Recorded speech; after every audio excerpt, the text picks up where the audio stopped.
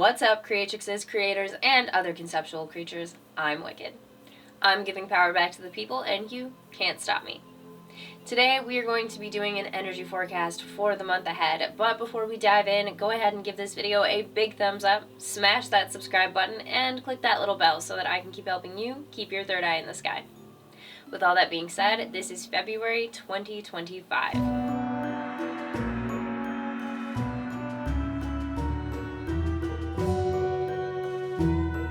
It is currently Aquarius season and will be until the 21st of February when we move into Pisces.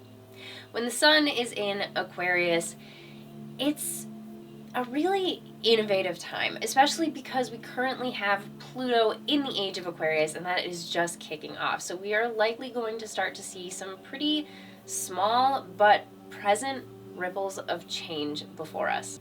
Aquarius is all about individuality, but also about the collective consciousness. So this is a great time for self-expression.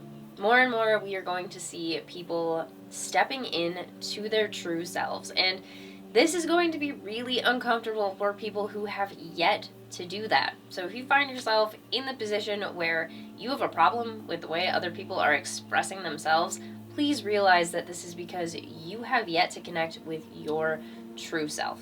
The worse you feel about something is the further away from your own higher self you are, which is the further out of alignment you are, which means it's going to be harder and harder for you. Life, that is. When you're in alignment, life is so much easier. When you are actively loving yourself and those around you, despite of how they are behaving, you are closer and closer into your alignment. When we are in alignment, it is so much easier for us to work with the universe, to walk with the divine flow of things. And it is in this energy that we are able to feel truly fulfilled and happy. But if you are spending all of your energy instead worrying about what other people are doing with their own lives, you are depriving yourself of the happiness of this moment. And 2025 is a great time for you to kick that old habit. It's also important that you at least try to do this, because more and more, with it being Aquarius season and with it being the age of Aquarius, people are going to step into their true selves. And you don't have to like it, but you have to recognize that you can't control how other people behave, and the more you try, the more miserable you are going to be. So take advantage of this Aquarius season to start getting comfortable, allowing other people to do what other people are going to do. Focus your energies instead on yourself. Aquarius is inviting you in to discover and to honor your own individuality. When the sun is in Aquarius, it's a great time to take care of ourselves, to learn how to set those boundaries with the outside world and with our own behaviors in relation to the outside world. Aquarius is all about connecting as a humanitarian, but if you're not in a place where you can do that, take time to just work on your inner world so that you can get comfortable with yourself. It's going to make you so much happier with the external world. As we step into February, the moon is currently waxing through Pisces all the way up until it hits a Virgo full moon on the 11th through the 13th. Now, when the moon is full in Virgo, it really puts some light on the inner house. And this is a perfect time for that to be happening, because Aquarius is calling you to focus on your truest self and to bring it out into the light. And so when the moon is full in Virgo and it brings that light into the inner world, it gets so much easier for us to see those parts of ourselves that we might be neglecting or might need some more love and attention before we can actually put them on display for the world. This full moon in Virgo is a perfect time for healing and bringing about any desires for you to be your truest self. As the moon begins to wane away from Virgo through Libra, Scorpio, Sagittarius, and Capricorn, this is a great time for you to get rid of anything that has been holding you back. When the moon is waning through these signs, it's a fantastic time, especially when waning through Scorpio, to get rid of anything that is holding you back from your own transformation. In the process of doing so, it is going to be so much easier for you to step into your truest self and live a truly fulfilling life. At the beginning of this month, Mercury is in the sign of Aquarius, just as the sun is, until the 14th, when it will move into the sign of Pisces. Now, Mercury in Aquarius is going to also help you bring about the realization of your own individuality, especially in the way that you express yourself, especially in the way that you communicate with the outer world. And you may not actually put that into action until Mercury steps into Pisces, because Pisces is all about creativity, and it might take a little bit of that creative energy for you to really allow all of which you've discovered about yourself out into the world. A new you is going to need a new style of communicating, or at least a new way of releasing all of it. So if you don't feel yourself really being you on the outside until the end of this month, that's all right. For anybody who's new to truly being themselves, it is most important that you get comfortable with it on the inside before you let it out anyways. So don't push yourself. Just take advantage of this opportunity to connect with that part of you, and it will find its way out into the world eventually. When Mercury is in Aquarius, we may also see other people communicating in more unique ways, so this can be an entertaining time. Mercury is the planet of the mind, and it rules over both Gemini and Virgo, two different elements, but Gemini being an air sign and Aquarius also being an air sign, Mercury is pretty comfortable in this placement, so the energies are good for communication, for working with technology, and for connecting with others and the higher self as well.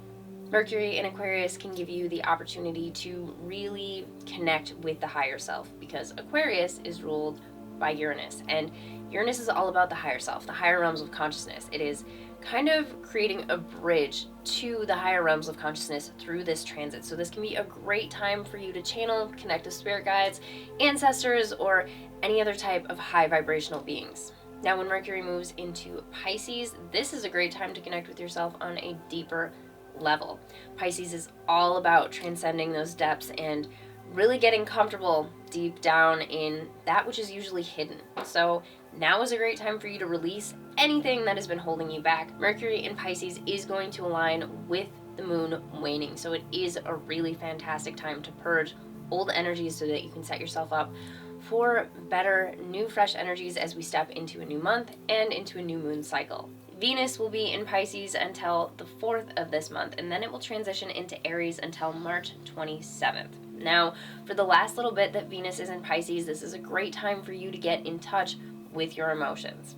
As I said, Pisces has no problem transcending those depths, and Venus rules over love, of course, but it's also matters of the heart, things that we feel deeply, that connect to the deepest, truest parts of ourselves. And Pisces, with that explorative, creative nature, is here to help you figure out how to connect to those things and bring them out into the light.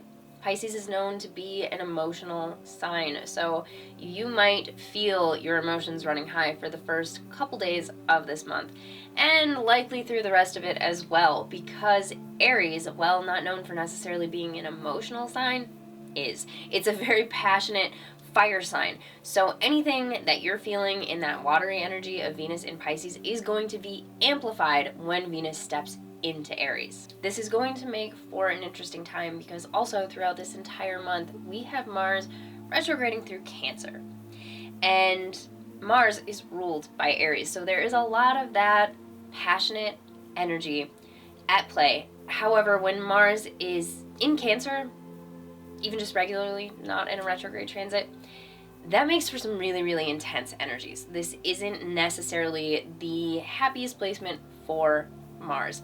And so there's already a little bit of resistance between these two energies. And when it begins to retrograde through this sign, things can get very messy. Mars rules over aggression, sex, drive.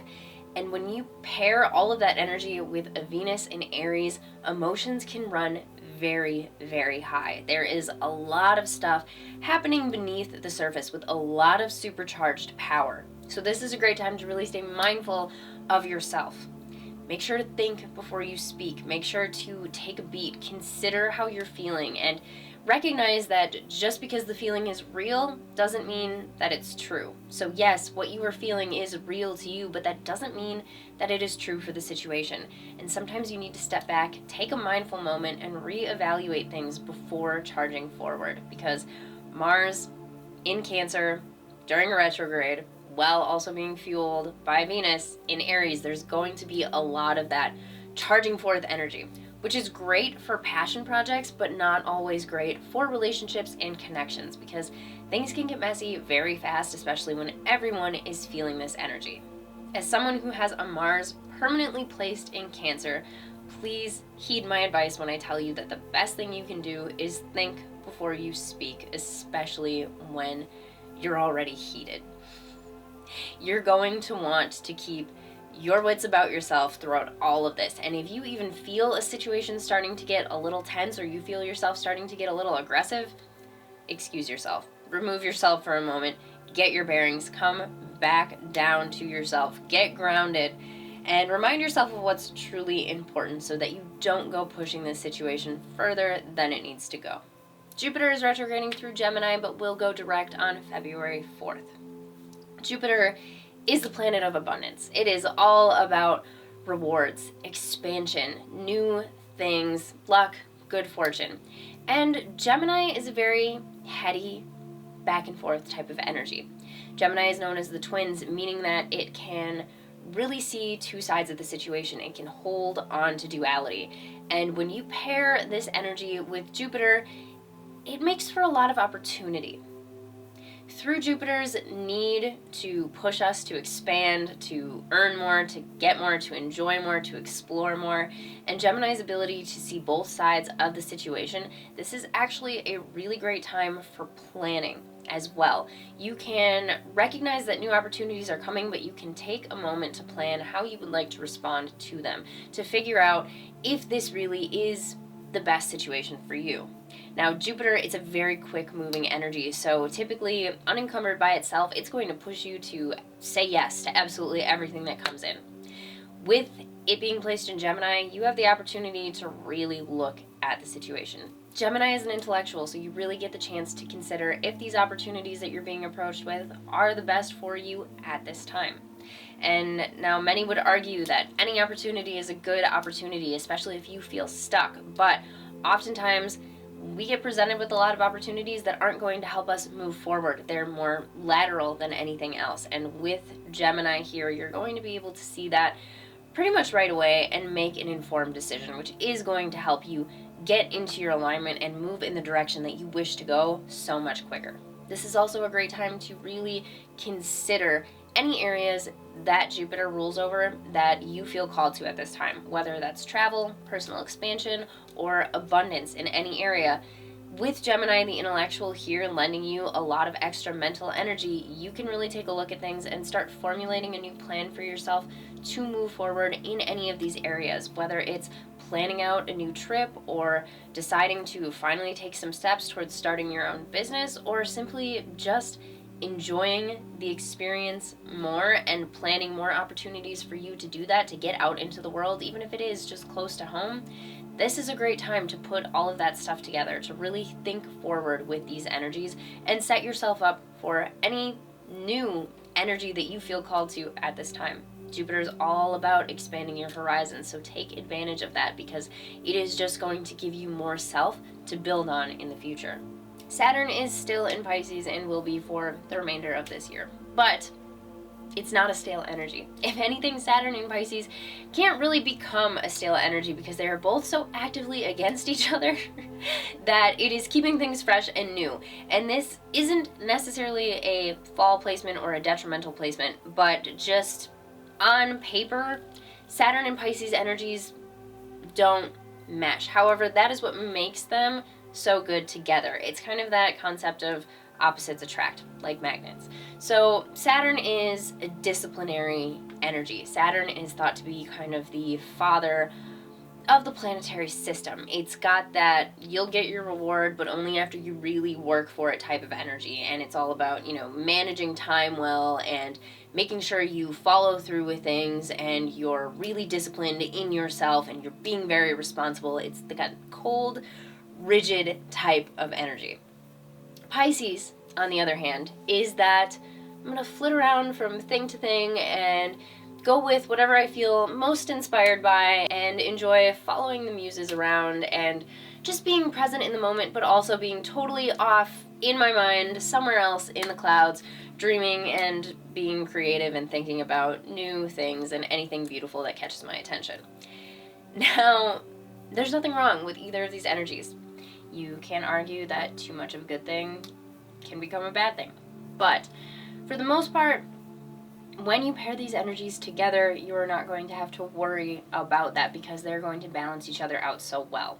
I've been saying for a while now, probably since Saturn was gearing up to enter into Pisces, that this is a fantastic time for creatives because a lot of creatives have that Pisces kind of energy. They're very open to following their muses around and getting inspired, but when it comes to staying focused, staying on task, managing their time, being responsible, meeting deadlines, that can be a little bit of a struggle for them because their brains just don't really work that way. So with Saturn coming in to lend some of that energy, this can help you to transcend those limitations, to learn how to discipline yourself better, to pay attention to how you manage your time, to learn to prioritize things correctly, and to figure out how to be creative in a window of time. I know plenty of artists who are good at this, but I also know just as many, if not more, who are not good at this, who really struggle to manage their time because they get so caught up in following the muses and in being inspired that time isn't really real anymore. So if you are the latter, now is a great time for you to figure out how to manage yourself, especially if you have any desire of turning your creative passions into a financial endeavor for yourself. If you want to monetize your work of art, you're going to need to be able to make deadlines and to manage your time and get things done in a timely manner. So this is a fantastic time to work on those skills. Now, if you're on the other side of the spectrum and you are known for being more of a left brain type of person, if you're very business minded and somewhat rigid in your life, at least when it comes to work, now is a great time for you to learn how to allow creative thinking in for creative problem solving and for play. There is a whole psychology behind play and how it affects us in positive ways, how allowing ourselves time to play actually helps us more in our work lives. And now is a great time for you to find work-life balance as well. So this is the opportunity to take advantage of these energies, to pull them together, to no longer be on one side or the other of the spectrum, but to stand in the middle, to really transcend the duality and recognize that you get to pull on both of these different worlds almost to blend together into your world and really excel in whatever it is that you do. When it comes to Saturn, it is also the planet of karma. So it is likely that you're experiencing a lot of really creative karma at this time. We're always making up for our karmic debts, whether they are from this life or past life experiences, doesn't matter. This happens in big and small ways. So if you notice artful backlashes to the things that you do, you have Saturn in Pisces to thank for that. This is because with that creative energy, Saturn is able to make creative moves to get your attention. And sometimes that is what it takes to get us to really open our eyes, because when you mindfully tend to your karmic debts, you have a better chance of actually eliminating them than rather just noticing these things are happening and trying to put them behind you. You have to actually learn the lesson or the lesson will repeat itself. So if you feel the universe is getting creative with you right now, try not to be bothered by it, but rather just try to enjoy it, try to play back, try to enjoy the energies that are at work in your life and realize that they are here to help you level out your experience. We also have Neptune in the sign of Pisces as well, and this is a domicile placement for Neptune, so we have more of that potent, dreamy, creative, artistic energy at play. And this is, again, a fantastic thing for creatives. It's also a fantastic thing for anybody who wants to bring more creativity and more play into their lives. But it is also a really important time to make sure that you are staying on top of yourself. Now is a great time to be exercising any grounding practices because it is so easy to get lost in the waves of this energy. Try not to disassociate too much. Bring yourself back to reality. Make sure that you are hitting all of your marks and all of your important tasks are being taken care of at this time, because Neptune in Pisces has that very dreamy, very clutching, gripping type of energy that is going to take you for a ride for as long as it can through many depths and different types of waves. So it is up to you to stay in control of yourself and to practice your self-discipline at this time. Pluto has just recently moved into Aquarius, opening up a whole new age, and it is likely going to take some time for us to see the effects of this transit because Pluto is a generational planet and it only moves about every 30 years, give or take some retrogrades. But it is just starting to get into this new energy. When Pluto, what is essentially the harbinger of change, steps into such an innovative sign like Aquarius that is also a humanitarian, it is going to start changing things on a grand scale. Now, if you live in the United States, you might be either applauding or raging over our new president and the way that he is changing things, or at least trying to change things. He's only been in office for a few days at the time of me making this video, but he's already got his sights set on some pretty big things. Now, mind you, he has 4 years. Pluto in Aquarius has 30, at least. And you can take that for whatever you will. Personally, I don't do politics. I'm not on either side because I'm a person in the world and you can't put me into a box like that. But things are going to change. And he might actually be the perfect person to start things changing. And that's going to be hard for a lot of people to wrap their minds around because a lot of people are opposed to him and the way that he is changing things. But you have to recognize that if he is trying to change something that the universe doesn't want to be changed, there is going to be a very powerful backlash and things are going to end up moving in favor of the universe. I'm just going to leave it at that because the most important thing for anybody to understand is that regardless of who is president, the universe's will is above everything else.